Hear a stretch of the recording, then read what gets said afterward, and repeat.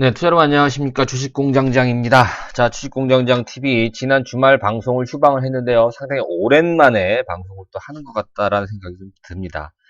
자, 3월 셋째 주 장세가 시작이 됐는데, 주 초반부터 좀 맥이 빠지죠.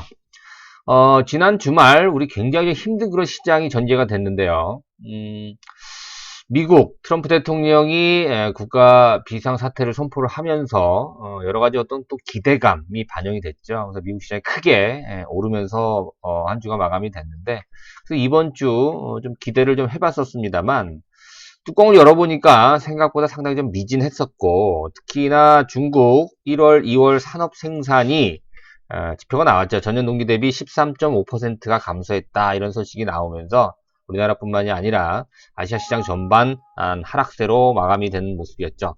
그것도 종합주가지수가 오늘 56포인트죠. 1714선으로 크게 밀리는 그런 모습이었습니다. 코스닥은 504포인트로 훨씬 더 크게 밀리는 그런 모습이었죠. 자, 일각에서 이제 백약이 무효다. 어떠한 조치가 나오더라도 상당히 좀 시장이 좀 바닥권 자리를 잡는데 굉장히 좀 힘들다. 이런 얘기들이 많이 나옵니다. 특히나 미국이 국가 비상사태 선포에 이어서 금리를 제로 금리로 만들었죠. 그렇죠? 지난번에 0.5%포인트, 또 오늘 아침에 새벽에 1%포인트. 중앙은행, 물론 이제 이번 주에 여러분들 FOMC 회의가 있습니다만, 3월 FOMC 회의 이전에 금리를, 기준금리가 1.5였는데, 지금 제로 금리로, 크게, 우리가 빅컷이라고 우리가 표현을 하는데요. 그죠? 그리고 우리나라는 공매도를 한시적이나마 6개월 동안, 그죠? 금지를 하는, 어떠한 제도. 굉장히 이것도 좀 파격적인 어떠한 공매도 금지 어떤 정책이 아닌가 이렇게 생각이 됩니다. 뭐 연기금 자금도 투입이 됐고, 뭐 추경 얘기는 뭐 늘 차 말씀을 좀 많이 드렸었죠. 중국도 지준율을 두 차례 지금 현재 인하를 하고 있고, 자, 그리고 조금 전에 소집이 된 금융통화위원회에서도 금리를 0.5%포인트 인하하기로 일단 결정이 됐습니다. 자세한 사항은 또 읽어봐야 되겠습니다만, 그래서 여러 가지 어떤 조치들이 나와요. 유동성.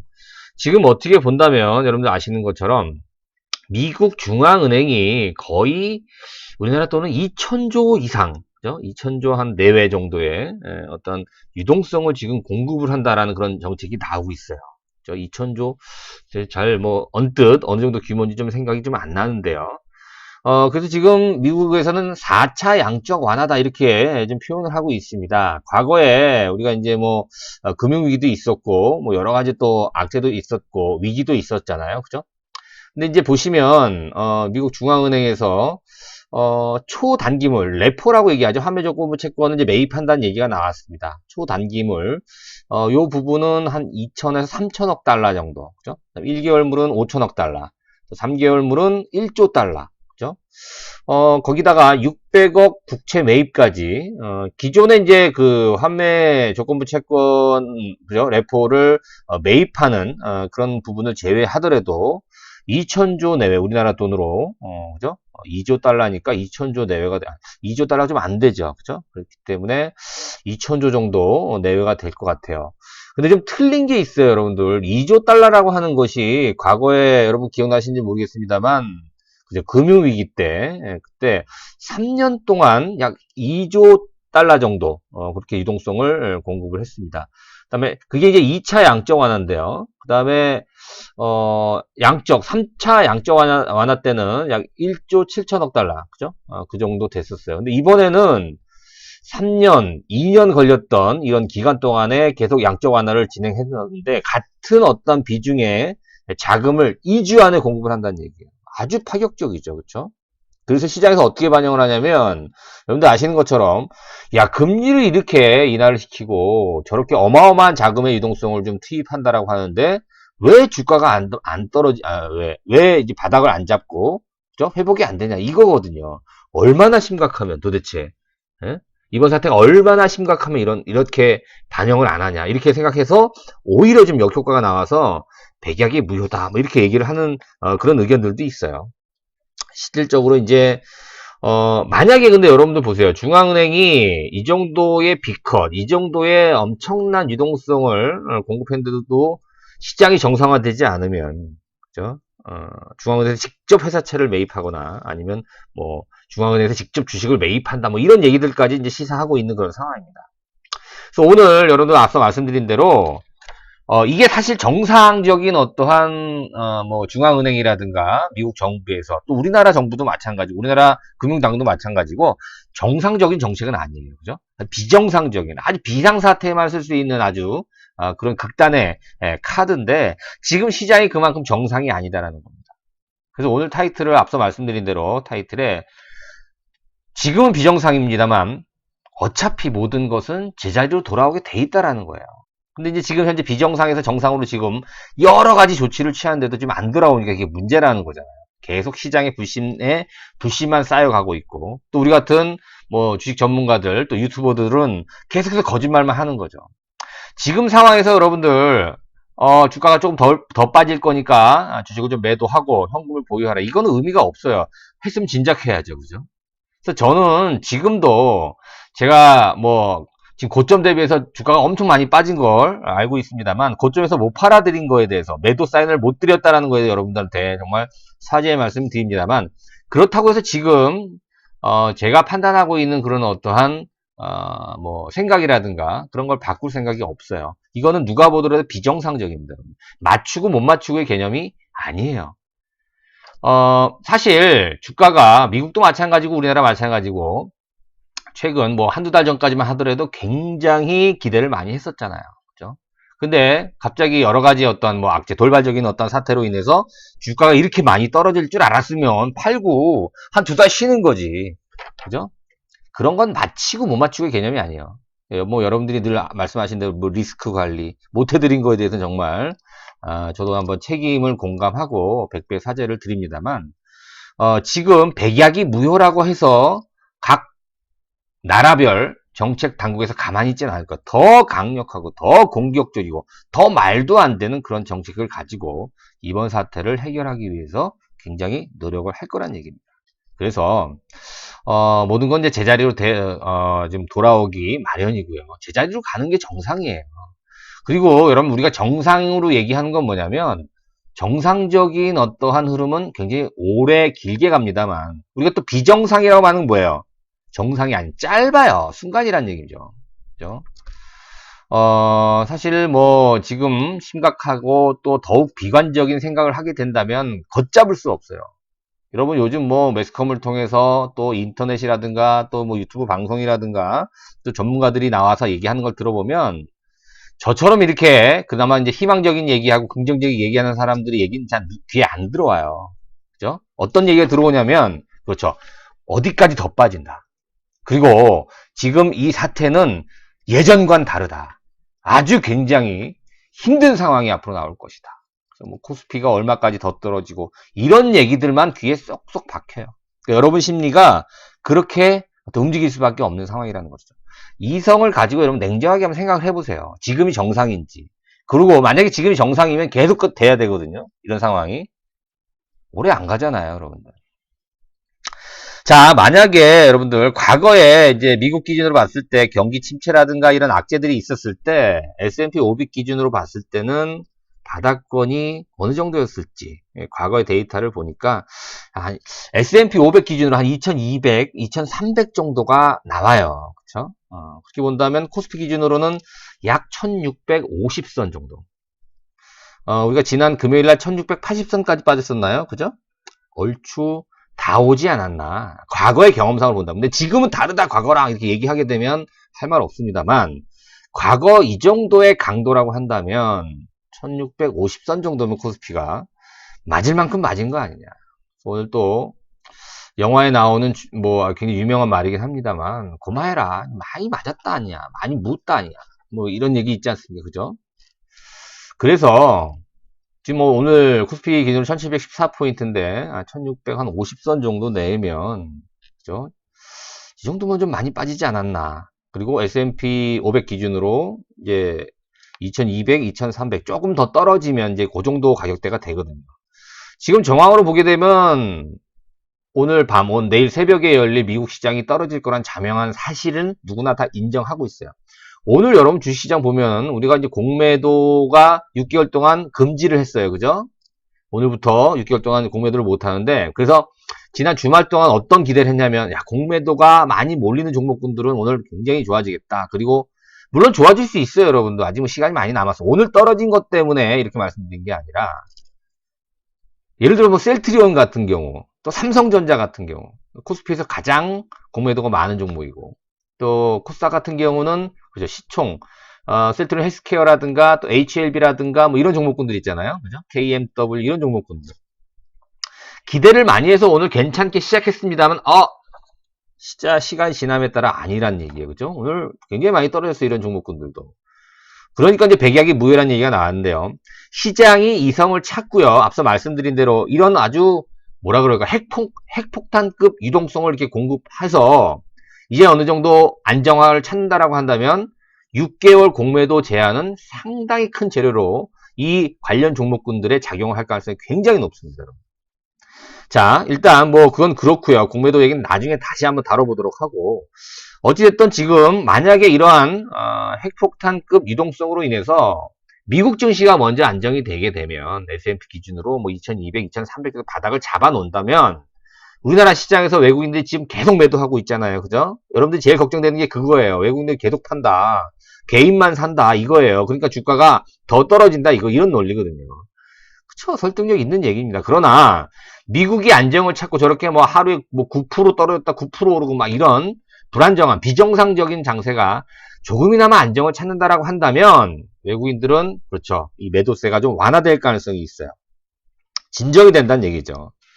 사실 우리나라 코스피 시장에서 지난 1월 초 이후에 지금 약 12조, 13조 원 외국인들이 매도를 했어요. 어마어마한 물량을 지금 매도를 했는데 일각에서는 셀코리아다. 아니 셀코리아 아니다 그랬습니다. 그죠? 그죠? 위험 자산을 팔고, 그죠? 위험 자산을 파는 거예요, 지금. 뭐 무위험 자산이라고 할 수는 없지만 안전 자산 쪽으로 자금이 이동한다. 이런 식으로 여러분들 좀 해석하시면 될 것 같아요. 그렇죠? 그래서 외인 매도가 진정이 된다면 그렇죠. 코스피, 코스닥도 역시 바닥을 만드는데, 그죠? 우리나라도 2000년도 이후에 여러 가지 위기 때 상황을 보게 되면 대략적으로 한 1650포인트 정도가 코스피가 바닥을 형성했던 그런 경우가 굉장히 많았어요. 그죠? 위기 때마다. 그러니까 고점 대비 약 한 40% 가깝게 떨어지게 되면. 근데, 그 정도가 한 1650선 정도 되는 것 같아요. 그 다음에 이제 PBR 얘기를 했었잖아요. 그죠? 0.8배 미만. 지금 여러분들 예전에 이제 IMF 때 하고, IMF 때 이후에 주가가 좀 많이 떨어졌을 때, 그 다음에 뭐 금융위기 때, 우리가 이제 바닥을 이렇게 보게 되면, 물론 이제 주가가 오르고 내리고를 반복하지만 지금 현재 이 정도 수준이면 1650, 1700 정도 이 정도 수준이면 바닥을 논할 시점은 되지 않았느냐. 그죠? 이 정도면 많이 맞은 거죠. 많이 맞은 겁니다. 그 PBR이 0.8인데요. 지금 금융위기 때랑 많이 비교를 하거든요. 사실 어떻게 보면 심리면으로 보면 그때랑 똑같이 그때도 막 100포인트가 넘게 빠져 미국이 막 박살이 나고 계속 그랬었어요. 그죠? 근데 이제 지금은 뭐냐면, 금융위기가 아니라 금융위기에 대한 공포감이에요. 공포감이란 얘기죠. 그리고 어떤 분은 지금 뭐, 그때가 아니라 그 전으로 돌아가서 우리나라 그 IMF 때랑 비교하시는 분도 계세요. 그렇죠? 지금 PBR이 한 0.8배 미만으로 지금 알고 있는데, IMF 때는 PBR이 0.4배인가 그랬었어요, 여러분. 그 부채 비율도 기업들이 평균 300%가 넘었고요. 그때 환율이 달러당 2,000원이 넘었었어요. 금리도 20%인가 30% 정도 됐었죠. 외환 보유고는 완전히 바닥이었습니다. 지금은 그때랑 비교하면 안 되죠. 그렇죠? 그래서 그때랑 비교하는 게 너무 해서 금융위기 때랑 보게 되면 그러면 약 코스피 기준으로 1650 정도면 맞을 만큼 맞은 거다. 이렇게 볼 수가 있을 것 같아요. 지난번에도 그런 말씀 드렸어요. PBR 0.8배는 굉장히 중요한 지지선 역할을 할 것이다. 자, 당장 내일 미국이 빠져서 우리나라가 영향을 받는다 이런 얘기가 아니라요, 여러분들. 그렇죠? 이제는 이 정도면 어느 정도 좀 바뀔 때가 됐다라는 것이죠. 물론 지금 현재 사태가 언제 마무리가 될지 몰라요. 그리고 보시면 오늘 중국 1, 2월 산업 생산이 나왔잖아요. 그죠? 1분기 당연히 각 주요 국가의 경기 지표는 안 좋을 수 있고 2분기는 더 안 좋을 수 있어요. 근데 해결이 된 이후의 흐름을 보세요. V자 반등이 나올 가능성이 굉장히 높습니다. 초슈퍼 유동성이에요. 여러분들 유동성 장세도 우리가 지금은 아니겠습니다만 당장은 아니겠습니다만 생각해 볼 수 있다는 얘기. 이 자금이 다 어디로 갈 거냐는 얘기죠. 그죠? 금리를 5년 만에 제로 금리로 만들고 그죠? 한 달도 안 돼서 1.5%의 기준금리를 0%까지 낮추고 2조 달러 가까운 우리나라 돈으로 2천조 가까운 유동성 중앙은행이 공급을 하고 그죠? 우리나라뿐만이 아니고 중국도 마찬가지입니다. 뭐 유럽은 가만히 있겠습니까? 현 사태와 싸우기 위해서 물론 이제 정치적인 부분이 많이 껴있기 때문에 더 자세한 말씀을 좀 드리긴 어렵겠습니다만 이대로 가만히 있지 않는다는 얘기예요. 이제 인간의 반격이 시작된다는 겁니다. 언제가 될지는 알 수 없어요. 저도 모르겠어요. 말씀드리기가 너무 죄송해요. 맨날 틀리니까. 그쵸? 이제 됐다, 이제 됐다, 이제 됐다. 좀만 참아라 했는데 여기까지 온 거거든요.